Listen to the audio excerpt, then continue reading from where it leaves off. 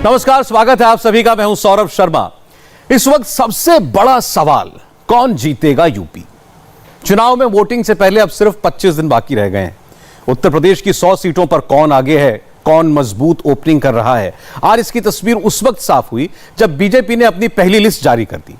लेकिन यह लिस्ट सामने आने के बाद सब यही पूछ रहे हैं कि योगी आदित्यनाथ गोरखपुर से चुनाव क्यों लड़ रहे हैं, जबकि चर्चा तो अयोध्या की थी। क्या यूपी की लिस्ट में कोई नया ट्विस्ट अब भी आ सकता है? ऐसे कई सवालों के जवाब आपको मिलेंगे इस रिपोर्ट में।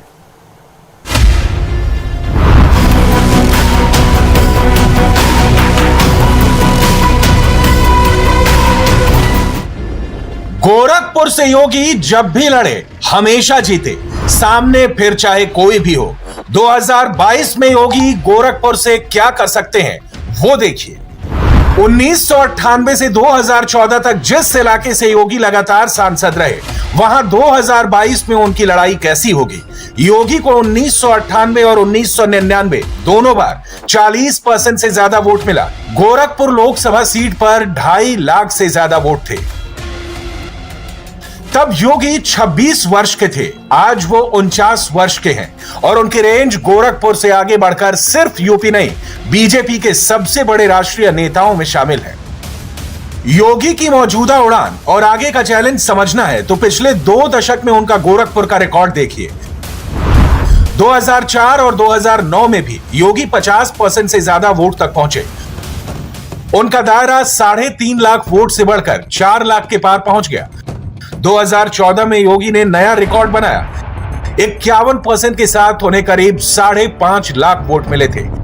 तब दूसरे नंबर पर रहा समाजवादी पार्टी का कैंडिडेट, उनसे आधे वोट भी नहीं पा सका था।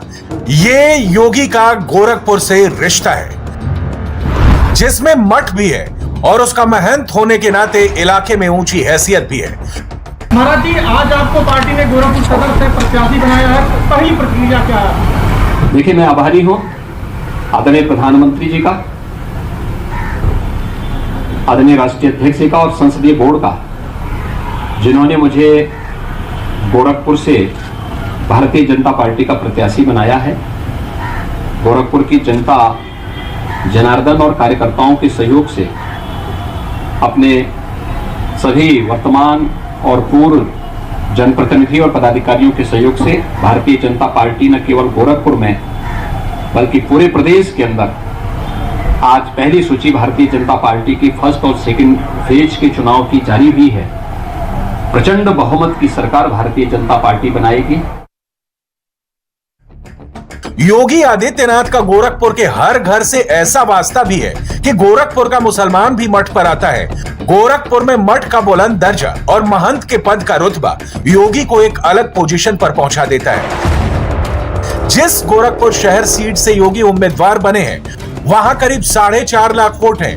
ब्राह्मण और कायस्थ 30% हैं। मुस्लिम और पिछड़ा वर्ग दोनों 14% हैं। दलित और बाकी समाज 12% है।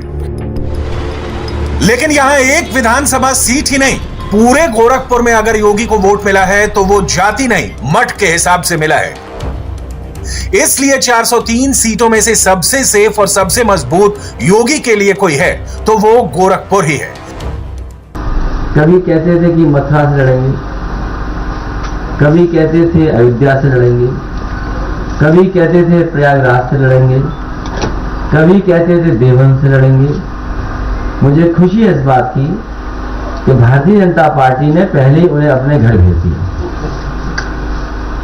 हालांकि वो कल से गोरखपुर में है, टिकट पहले बुक कराई थी उन्होंने 11 तारीख की। अब मुझे लगता है कि गोरखपुर में ही उन्हें रहना पड़ेगा और गोरखपुर से वापस आने की उन्हें जरूरत नहीं है। उनको बहुत बहुत बधाई।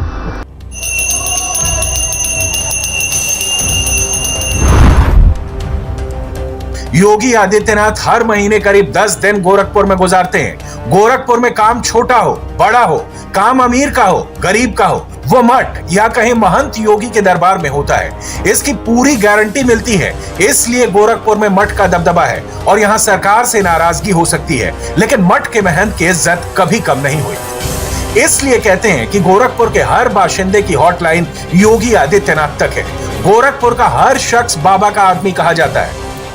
मैं बहुत दिनों से आपके बीच में यहां पर कार्य कर रहा हूं। हो सकता है कि गोरखपुर और आसपास के क्षेत्र में मेरी उतनी उपस्थिति नहीं हो पाएगी, लेकिन मैं आपको कहना चाहता हूं कि विकास का जो राह माननीय प्रधानमंत्री जी ने गोरखपुर और पूर्वी उत्तर प्रदेश को दिखाया है, वह राह आप देखना एक वास्तविकता में बदलता हुआ दिखाई देगा। गुंडा राज पूरी तरह समाप्त होगा और अराजकता के इस व्यवस्था में कोई स्थान नहीं होगा। और चूंकि गोरखपुर इस प्रकार के कार्यों की एक प्रयोगशाला पहले बन चुकी है, जब मेरी पार्टी ने मुझे कहा कि आपको संसद में कुछ बोलना है, तो मैंने विनम्रता के साथ इसको स्वीकार किया और मैंने इसी बात को कहा। जो बात आज उत्तर प्रदेश के लिए बाहर होती है, यही बात कभी गोरखपुर के बारे में भी होती थी। लोग यही कहते थे हम लोगों को, हम लोग जब बाहर जाते थे लोग कहते थे कहां से आए हैं। अगर हम कह देते थे कि गोरखपुर से, तो भयभीत हो जाता था। वो सोचते थे कि पता नहीं वहां का हर व्यक्ति क्या ऐसे ही है। लेकिन आज गोरखपुर ने इस मिथक को तोड़ा है। हम लोगों ने लंबा संघर्ष किया। बीजेपी की लिस्ट में योगी के बाद दूसरे नंबर पर हैं केशव प्रसाद मौर्य।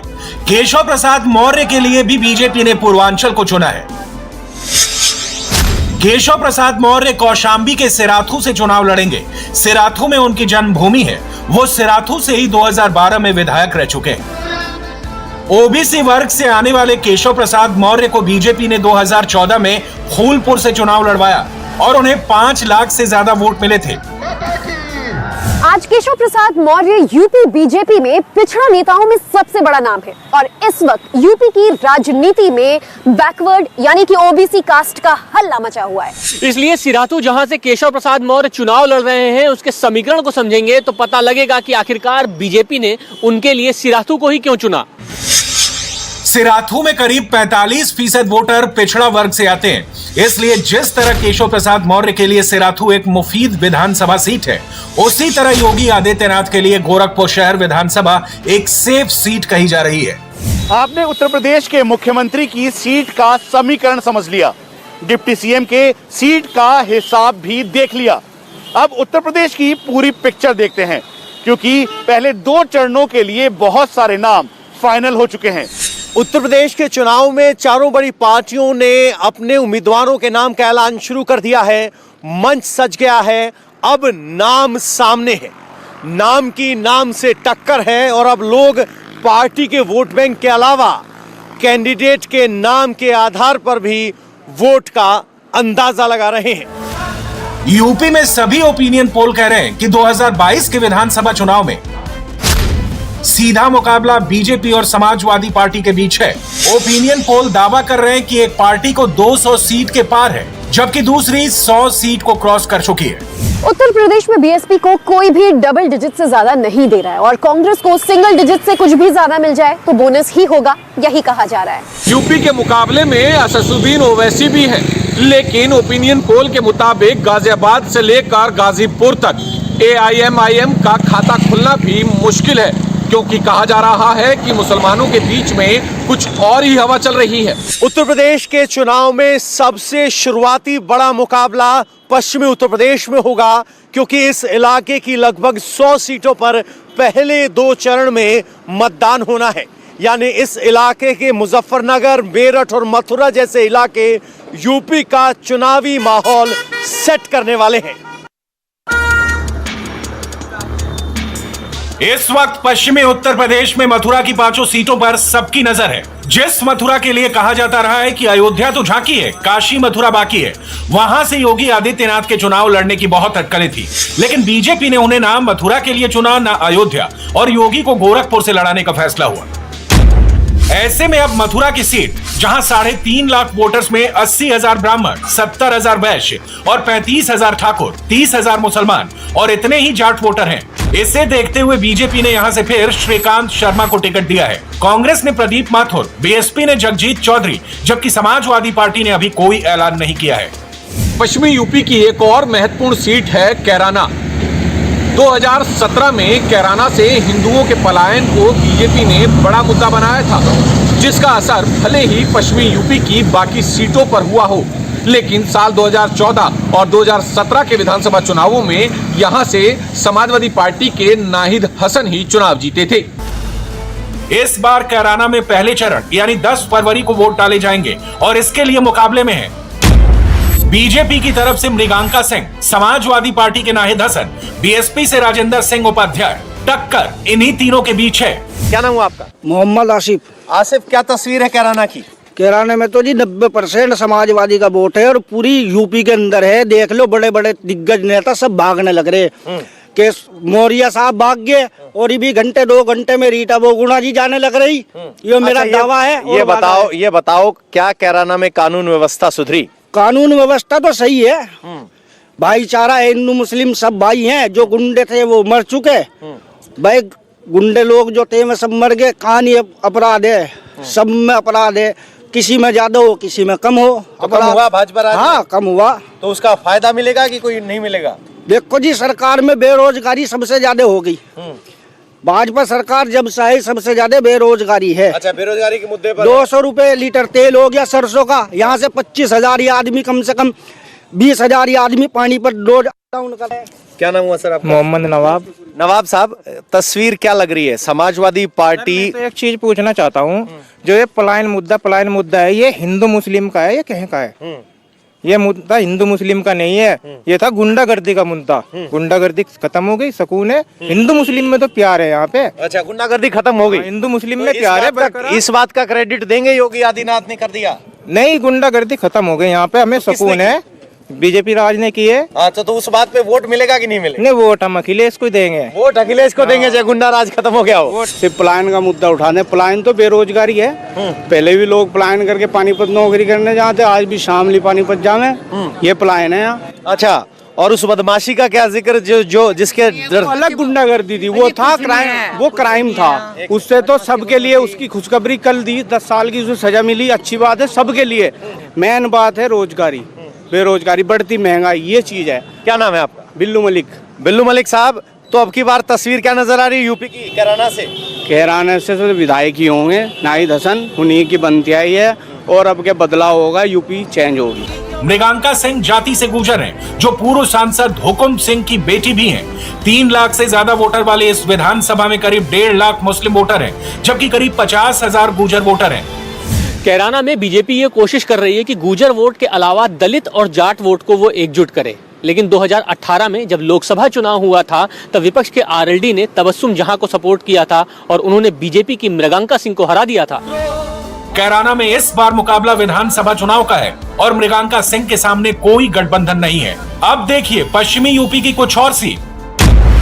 मेरठ, यहां सीधी टक्कर बीजेपी के कमलदत्त शर्मा और समाजवादी पार्टी के रफीक अंसारी के बीच है। बागपत, बीजेपी के योगेश धामा जो जाट हैं, उनके सामने आरएलडी के अहमद हमीद हैं। बोरकाजी जो आरक्षित सीट है, वहां से बीजेपी के प्रमोद उटवाल और उनके सामने आरएलडी के अनिल कुमार है। हापुड़ में बीजेपी के विजयपाल आरती के सामने आरएलडी के गजराज सिंह है और बीएसपी के मनीष सिंह है।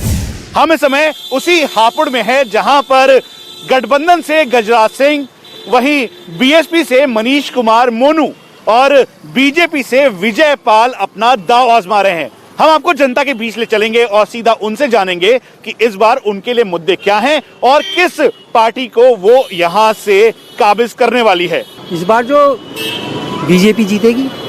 क्यों जीतेगी? क्या काम किया बीजेपी ने? ऐसा है, बीजेपी में एक भी घोटाला नहीं है। अब मैं बाहर से हूँ, यहाँ से। अच्छा, लेकिन आप क्या यूपी में क्या देख रहे हैं, क्या महसूस कर रहे हैं आप जब यहाँ पर पहुंचे? तो यहाँ पे रुझान तो सारा बीजेपी का ही लग रहा है। आपको लग रहा है आने वाले टाइम पर वो सरकार बनाएगी? वर्ग तो हमेशा बीजेपी के साथ रहा है। हाँ। लेकिन जिस तरीके से राजनीतिक तोड़फोड़ हो रही है ना, उस हिसाब से सपा और राष्ट्रीय लोकदल की सरकार बनेगी। योगी जी का कार्यकाल 5 साल का हम सबके सामने है, उनकी उपलब्धियां भी सामने है, प्लस माइनस सब चीज़ों पर सोचा जा रहा है, गौर किया जा रहा है। और अखिलेश जी आए हैं अभी, जिस तरह अखिलेश जी पर भी गौर कर रहे हैं लोग, सोच रहे हैं उनके बारे में भी, क्योंकि वो बेसिकली चुनाव को खींच कर ला रहे हैं बार बार महंगाई और रोजगार पर, जो कि बेसिक मुद्दे हैं। और लग रहा है कि योगी जी कम्युनल लेकर जा रहे हैं। ये सरकार कोई भी आए, सरकारी योगी जी ने भी अपना काम किया है, अखिलेश जी ने भी अपना काम किया है सबसे पहली सरकार में, सिर्फ ये है कि मुद्दा सरकार वो आए जो जातिवाद से हटके काम करे, मंदिर मस्जिद का मुद्दा खत्म करे, ये चीजें नहीं आनी चाहिए, जातिवाद में विकास की तरफ ध्यान दे। हापुड़ की ये सीट आरक्षित सीट है, यहाँ पर सीधा मुकाबला दलित उम्मीदवारों के बीच में है। ऐसे में मुस्लिम वोटर्स भी यहाँ पर भारी तादाद में हैं, इसीलिए जाट वोटरों पर भी यहाँ पर सबकी नजर रहेगी। पश्चिमी उत्तर प्रदेश में किसानों का मुद्दा और जाट वोट बैंक इस बार बहुत निर्णायक रहने वाला है। यूपी में जाटों की आबादी 6% है, लेकिन पश्चिमी यूपी में जाट 17% से ज्यादा है। यही वजह है कि बीजेपी ने अपनी पहली लिस्ट में 10 जाट उम्मीदवारों को शामिल किया है। पश्चिमी यूपी के मुकाबले बीजेपी के सामने इस वक्त चैलेंज पूर्वांचल से भी है, क्योंकि बहुत से ओबीसी नेता और मंत्री बीजेपी छोड़कर समाजवादी पार्टी में शामिल हुए हैं और इसे लेकर अखिलेश यादव ने बीजेपी को एक मैसेज भी दिया है। मैं भारतीय जनता पार्टी से कहूंगा कि अब किसी भी भारतीय जनता पार्टी के विधायक को मैं नहीं लूंगा। अब आप जितनों के आप टिकट काटना चाहे काट सकते हैं, मंत्रियों को भी नहीं लेंगे, वो जिसकी टिकट काटना चाहे काटें। अब समाजवादी पार्टी में उनको नहीं ले जाए। ओबीसी वोट पूर्वांचल में बीजेपी के लिए फिक्र की बात है। पश्चिमी यूपी में भी जातीय समीकरणों को बीजेपी ने अपने हिसाब से साधने की कोशिश की है। बीजेपी की पहली लिस्ट में किस जाति पर कितना फोकस किया गया है, उसका एक छोटा सा ग्राफिक्स वाला ट्रेलर देख लीजिए। नोएडा से बीजेपी ने रक्षा मंत्री के बेटे पंकज सिंह को फिर टिकट दिया है। वो ठाकुर हैं। जेवर में धीरेन्द्र सिंह भी ठाकुर हैं। दादरी से तेजपाल सिंह नागर गुजर हैं। मेरठ की सरदना से संगीत सोम ठाकुर हैं। हस्तिनापुर से दिनेश खटिक दलित हैं।